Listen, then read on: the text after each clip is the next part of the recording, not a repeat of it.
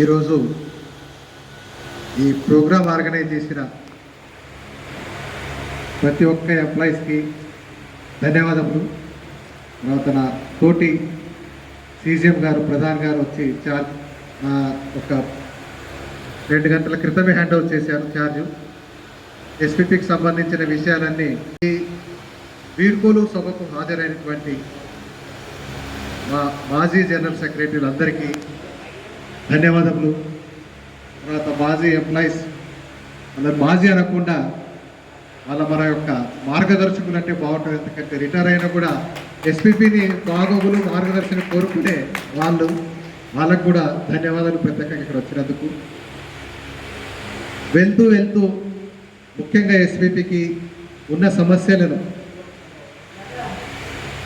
1983లో join అయినటువంటి Prasad, Somashekar, NS రావు sir ఒకేసారి retire అవడం, అనుభవజ్ఞులైనటువంటి ఎంప్లాయీస్ రిటైర్ అవడం, సూపర్వైజర్ రిటైర్ అవడం తీరని లోటు.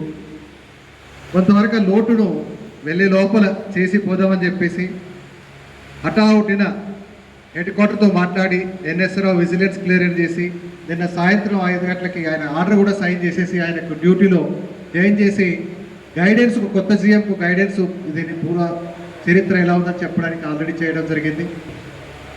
అదేవిధంగా అంతకు రిటైర్ అయినట్టు ప్రసాద్, సోమశేఖర్ కూడా అష్యూరెన్స్ ఇచ్చారు, తప్పకుండా సార్ దీని వెనక మేము ఉంటాము, ఏ టైంలో అయినా సరే ప్రెస్ గురించి హైదరాబాద్ నుండి సపోర్ట్ చేస్తా అన్నారు. కనుక మీరు ఒంటరిగా లేరు, నేను కూడా ఇక్కడ లేకపోయినా కూడా ఆ ఆత్మ మాత్రం ఇక్కడే ఉంటుంది. కనుక తప్పకుండా మీ ఎక్కడున్న కూడా బాగోగుల గురించి కనుక్కుంటూ ఉంటాం. మేనేజ్మెంట్లో చిన్న ఎగ్జాంపుల్ చెప్తా, ఈరోజు సమయం ఉంది కనుక ఎలా ఉంటుంది అనేది ఒక వ్యక్తి గురించి చెప్తాను. మనిషికి ఏదో ఒకటి చేయాలి, మంచి చేయాలనే ఆలోచన ఉంటే మనసులో పెట్టుకోవాలి. నేను చిన్న ఎగ్జాంపుల్ చెప్తాను. ఆటోమేటిక్ స్లైడింగ్ డోర్, నేను చేసిన ప్రతి దానికి ఒక చిన్న కథ ఉంటుంది.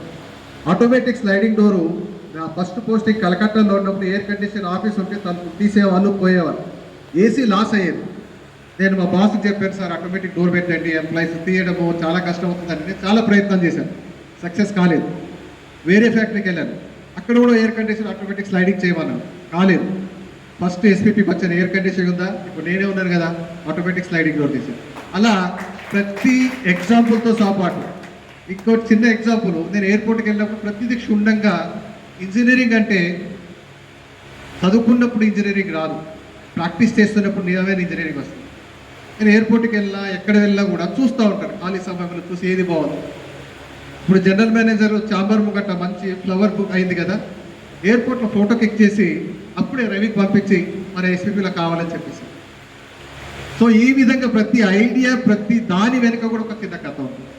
ఇక్కడ డోర్ ఉంది, ఇక్కడ మిషన్ తీసుకొస్తాం, అక్కడ వెంటిలేషన్ వచ్చి మనకు ఒక విజన్ దొరికితే ఎంప్లాయీస్ ఏమన్నా పని చేస్తూ బోర్ అయి బయటకు వచ్చేసి ఎవరి మీద కోపన్నట్టు చూస్తే తగ్గిపోతుంది, దాన్ని ఎలా చేద్దామని 2 నెలల డిస్కషన్ జరిగింది ఎగ్జిక్యూటివ్లతో. ఎలా చేస్తే బాగుంటుంది, స్లైడింగ్ చేయాలా, వెనక నుంచి తీయాలా, బయట నుంచి తీయాలా, కన్సల్టేట్తో రోజు మార్నింగ్ గంట సేపు బ్రెయిన్ స్టార్మింగ్ అయ్యి బెస్ట్ సొల్యూషన్ తీసుకునేవాళ్ళు. ఎప్పుడు కూడా డిసిషన్ అనేది ఇంపోజ్ చేయాల, ఎప్పుడు డిసిషన్ అనేది డిస్కషన్ చేసి బెస్ట్ పాసిబుల్ డిసిషన్ ఏదో అదే నేను సెలెక్ట్ చేసేవాడిని మాత్రం. ఆ విధంగా మేనేజ్మెంట్లో ప్రతి దానికి ఒక్కొక్క స్టోరీ ఉంది. ప్రతి దానికి ఫౌంటైన్ దగ్గర ఈ వాటర్ ఫౌంటైన్ ఏదైనా 5 స్టార్ హోటల్లో ఉంటే క్షుణ్ణంగా పరిశీలించామని, అని మనం ఉంటుంది పర్సనల్ లైఫ్లో ఎంత 5 స్టార్లో పనిచేస్తుంది ఏంటి ఇంత గుడిసెల దాంట్లో, దీనికి ఎందుకు మార్చకూడదు. సో అలా ప్రతిదీ కూడా జీవితంతో లింక్ చేసి కంపేర్ చేసి ప్రతిరోజు చదువుకోవడం. ఇంకో చిన్న ఎగ్జాంపుల్ చెప్తా, మా పాపకు ఐడియా ఉంటుంది. ఏ రోజైతే నాకు ఆర్డర్ వచ్చిందో నేనే చాలా డిసప్పాయింట్ అయిపోయి ఇమ్మీడియట్ 3 రోజులు సెలవు పెట్టేశాను. మీకు తెలుసో తెలియదు ఈ విషయం. 3 రోజులు సెలవు పెట్టి ఏం చేశారు, ఇంట్లో ఏం పనులు ఉన్నాయని చెప్పి ఆటోమేటిక్ డోరు లాకర్ ఉంటుంది. ఫ్రస్ట్రేషన్ బాగుంది లోపల, ఎవరికి చెప్పుకోలేము, ఎవరికి అనలేము, పైన వాళ్ళకి అనలేము, మీతో పంచుకోలేము. ఆ లాకర్ కొనేసి డోర్లు పాడైపోయింది. పక్క ఇంటి దగ్గరికి వెళ్ళి డ్రిల్లింగ్ మిషన్ తీసుకొచ్చేసిన, మొత్తం ప్యాంటు చెట్టు వేసేసుకున్నాను, జడ్డి మొత్తం 3 గంటలు పనిచేసి ఫిజికల్గా ఒక ఫిట్టర్ ఎలా చేస్తాడు ప్లంబర్ లాగా ఆ బాత్ టోపు నేనే పెట్టా, డోర్ లాకర్ కూడా నేనే తీసి పెట్టేశాను. ఇలాంటివన్నీ చేస్తే ఏమవుతుందంటే వర్కర్లు ఎంత కష్టపడతారో, ఏం చేస్తారో మన ఇంజనీరింగ్ ఏదైతే తెలుస్తుంది. సో అలాంటి ప్రతిదీ కూడా ఇన్వాల్వ్ అయితే మీరు చేయగలిగితే వేరే వాళ్ళకి చెప్పగలగాలి. వీళ్ళు చేసే స్తోమత ఉంటే కానీ వేరే వాళ్ళని కన్విన్స్ చేయగలరు.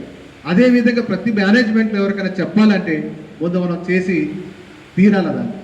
సో ఇలాంటి నేను ప్రతిదానికి కూడా మేనేజ్మెంట్లో ఎక్స్పెరిమెంట్ చేసేవాడిని.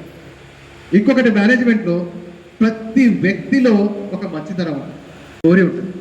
నేను ఆల్మోస్ట్ ప్రతి వ్యక్తిని స్టడీ చేశాను. ఈ వ్యక్తిలో స్ట్రెంత్ ఏంటి, ఈ వ్యక్తిలో వీక్నెస్ ఏంటి, ఈ వ్యక్తిలో బలహీనత ఏంటి, ఈయన యొక్క దీంట్లో స్ట్రాంగ్ పాయింట్ ఏంటి, ఈయన పర్సనల్ లైఫ్లో ప్రాబ్లం ఏంటి, పర్సనల్ లైఫ్ తర్వాత ఫ్యాక్టరీ లైఫ్ తర్వాత ఏం ప్రాబ్లం, ప్రతిదీ క్షుణ్ణంగా ఆలోచించి పోస్టింగ్లు కానీ వాళ్ళతో డిస్కషన్ చేసే కానీ అదేవిధంగా ప్రతిదీ టచ్ చేసేవాడు.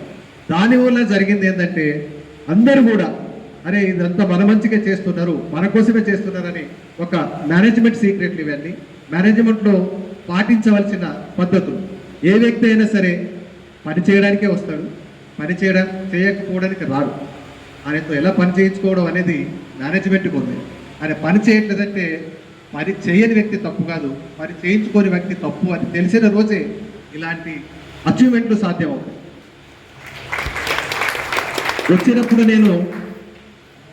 నేను వచ్చినప్పుడు బయట వ్యక్తి సహజంగానే మీలో యాక్సెప్ట్ కావాలంటే సహజంగానే మన కుటుంబంలో ఎవరైనా బయట వ్యక్తి వచ్చినా అంత తొందరగా యాక్సెప్ట్ చేయరు. ఎవరైనా సరే నేను కూడా కొత్తగా వచ్చాను. అప్పుడప్పుడే ఎస్పీపీకి చాలా గడ్డు సమయంలో పోతుంది. హెడ్ క్వార్టర్లు నన్ను విపరీతమైన బ్రీఫింగ్ ఇచ్చారు. అక్కడ పనిచేసే వాళ్ళు తక్కువ, యూనియన్ లీడర్లు ఎక్కువ, ప్రొడక్షన్ చేసేది తక్కువ, కంప్లైంట్ చేసేది ఎక్కువ. సో నువ్వు వెళుతున్న యూనిట్ హాఫ్ యూనిట్ దానికి ఈ ప్రాబ్లం ఉంటుంది, ఇవైతే చెయ్యి లేకపోతే వదిలేసేయి, ఏదో ఒకటి చెయ్యి అని చెప్పి ఇన్స్ట్రక్షన్ ఇచ్చి ఇక్కడికి నాకు పంపించారు. వచ్చినప్పుడు చూడగానే నిజంగానే పరిస్థితి మాత్రం చాలా అధ్వానంగా ఉంది. ఎక్కడికి వెళ్ళినా కూడా అసమానత, ఎంప్లాయీ మధ్యలో ఒకరికొకరి విభేదాలు, తర్వాత ఒక క్లియర్ అయిన డైరెక్షన్ లేదు వాళ్ళకి. ఎప్పుడు ఏమవుతుందో ఇండెంట్ అనేది ఇక్కడ పెట్టుకొని ఇంకా 2 సంవత్సరాలు పెట్టుకొని చేద్దామా అనే ప్రతి ఒక్క వ్యక్తిలో కూడా భయం ఆందోళన ఉండేది. అలాంటి సమయంలో ఇప్పుడు ఇద్దరు వ్యక్తులు ఆర్గ్యుమెంట్ చేస్తున్నప్పుడు, డిస్కషన్ చేస్తున్నప్పుడు ఎవరిదో కరెక్ట్ అయ్యేంత వరకు అలాంటి సందర్భంలో యూనియన్లు, అసోసియేషన్లతో కొంత ఫ్రిక్షన్ జరిగిన మాట వాస్తవమే. ఆ ఫ్రిక్షన్ జరిగినప్పుడు నేను ఒకటే చెప్పాను వాళ్ళకి, ఏంటంటే న్యూటన్స్ ఫస్ట్లా చెప్పాడు, ఏంటంటే వితౌట్ ఫ్రిక్షన్ ఏ వస్తువు కూడా మూవ్ అవ్వదు, ఏ వ్యవస్థ కూడా మార్పు రాదు. ఇనీషియల్గా ఫ్రిక్షన్ ఉంటుంది, ఒకసారి టేకాఫ్ చేసావంటే ఫ్రిక్షన్ తగ్గిపోతుంది. ఇదే న్యూటన్స్లా చెప్పింది, సైన్స్లో నేచర్లో చెప్పింది కూడా ఇది. సో అది నాకు ముందు నుంచే తెలుసు ఫ్రిక్షన్ ఇనీషియల్గా ఉంటుందని.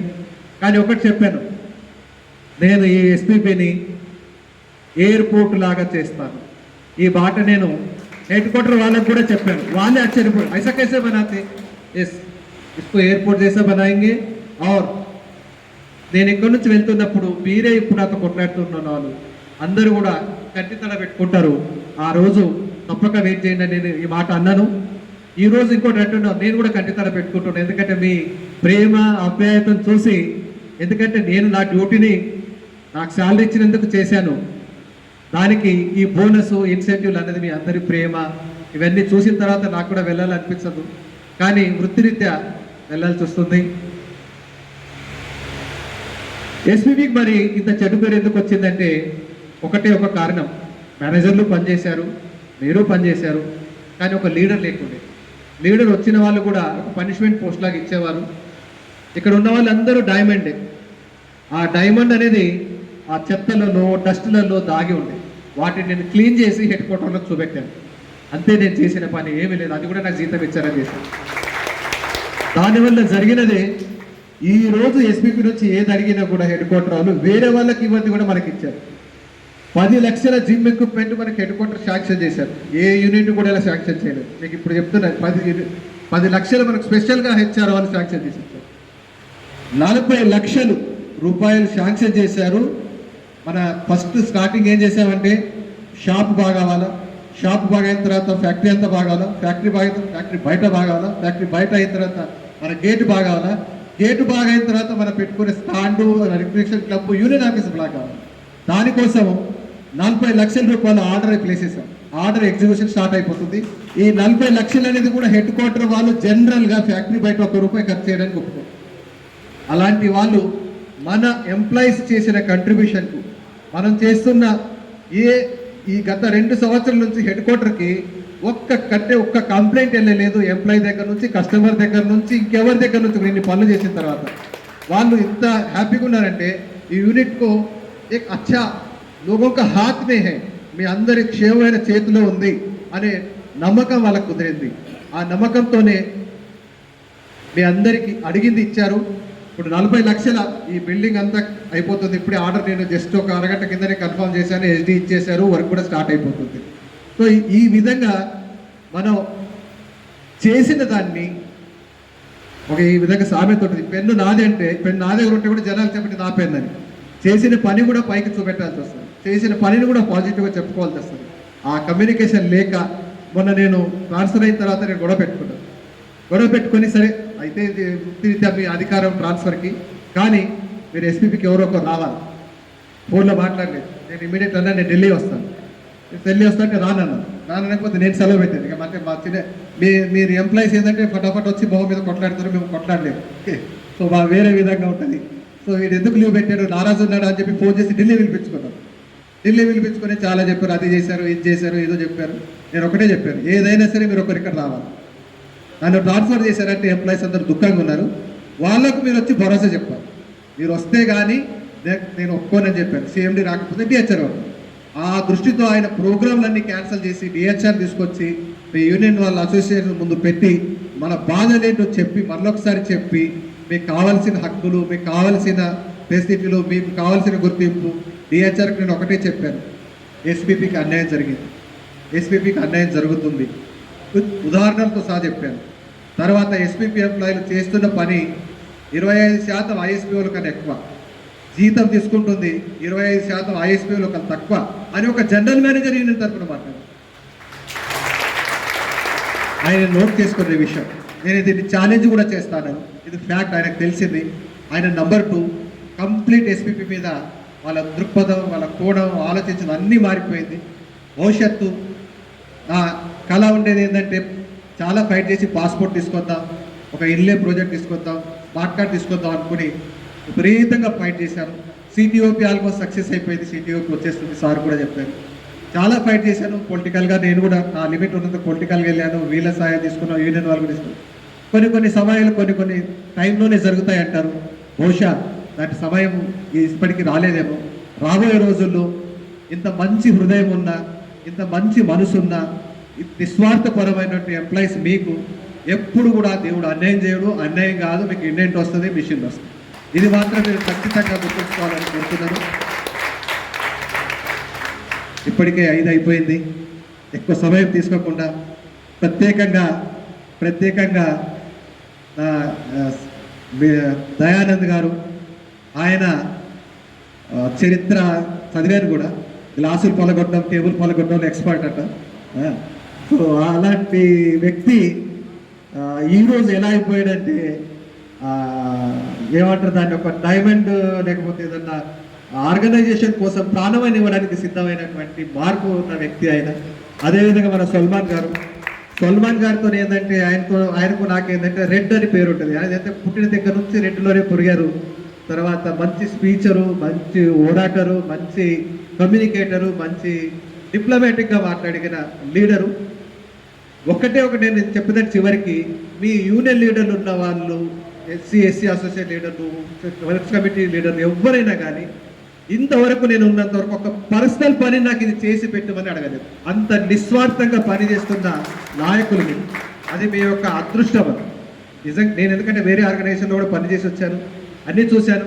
సార్ మావాడు ఉన్నాడు, ప్రపోజల్ సార్ మావాడు ఉన్నాడు, వీళ్ళు ఇంతవరకు కూడా పర్సనల్గా అడగలేదు. అడిగిందల్లా ఒకటి, మా కార్మికుల సోదరులకు హక్కుగా రావాల్సింది ఇవ్వండి, మా యూనిట్కు కావాల్సిన హక్కుగా ప్రొడక్ట్ ఇవ్వండి, భవిష్యత్తుని ఇప్పించండి. వాళ్ళు 1.5 ఇయర్లో వాళ్ళు కూడా రిటైర్ అవ్వబోతుంది, కానీ వచ్చే తరం వాళ్ళకు ఉద్యోగాలు గ్యారంటీ చేయండి, రిక్రూట్మెంట్ చేయండి అని ఫైట్ చేసిన మీకు నాయకత్వం దొరికినందుకు మీరు నిజంగానే ఈరోజు చాలా గర్వంగా, శాంతంగా మీరు ప్రౌడ్గా చెప్పుకోవచ్చు, SPP యూనియన్ లీడర్లు మాకు ఇంత మంచి వాళ్ళు ఉన్నారని చెప్పి. ఎందుకంటే ఈ కాలంలో ఒక మంచి లీడర్ దొరకడం అనేది చాలా అరుదు, చాలా అందరికి చూస్తూనే ఉన్నారు. సో అలాంటి లీడరు ప్రతి ఒక్కరూ ఇక్కడ ఉన్న వాళ్ళు ఆణిముత్యం. ఆ ఆణిముత్యాన్ని వెతికి తీస్తేనే మేనేజ్మెంట్, వెతికి తీయకపోతే మేనేజ్మెంట్ కాదు. సో ప్రతి దాంట్లో నేను గుర్తిస్తాను.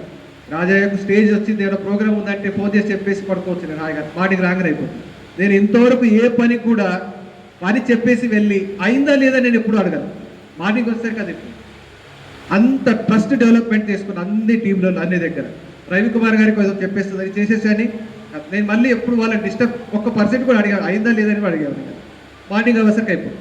అదేవిధంగా ప్రతి పని ఎస్విపిలో గవర్నమెంట్లో ఉంటే ఇన్ని రూల్స్, ఇన్ని సివిల్ వర్క్ చేయడం, ఎప్పుడు కూడా మేము రూల్స్ ఎక్కడ వైలేట్ చేయడం.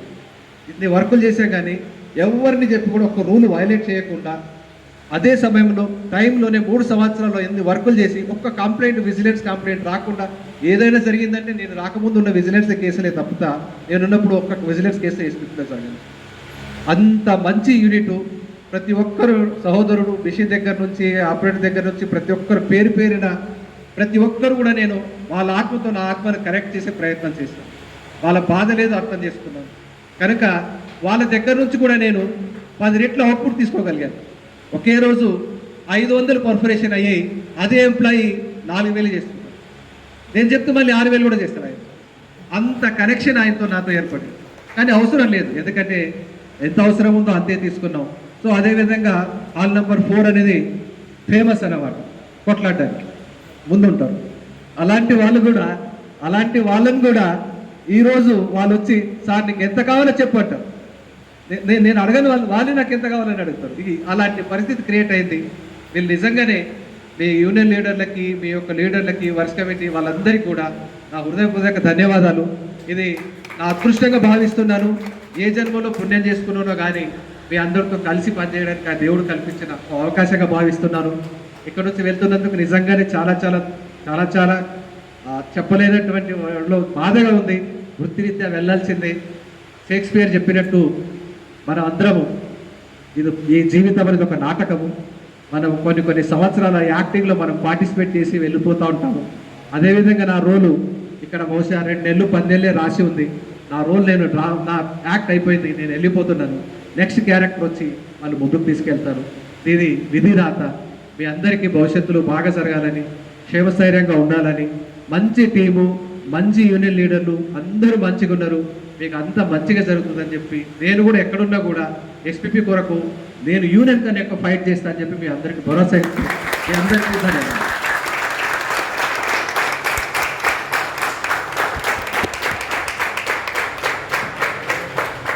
Thank you so much sir. Me security printing press family తరఫున మీ భవిష్యత్తు శుభకరంగా, క్షేమకరంగా, సంతోషంగా ఉండాలని మేమందరం కూడా కోరుతున్నాము. Vote of thanks Shri Venkateswarlu. Thank you.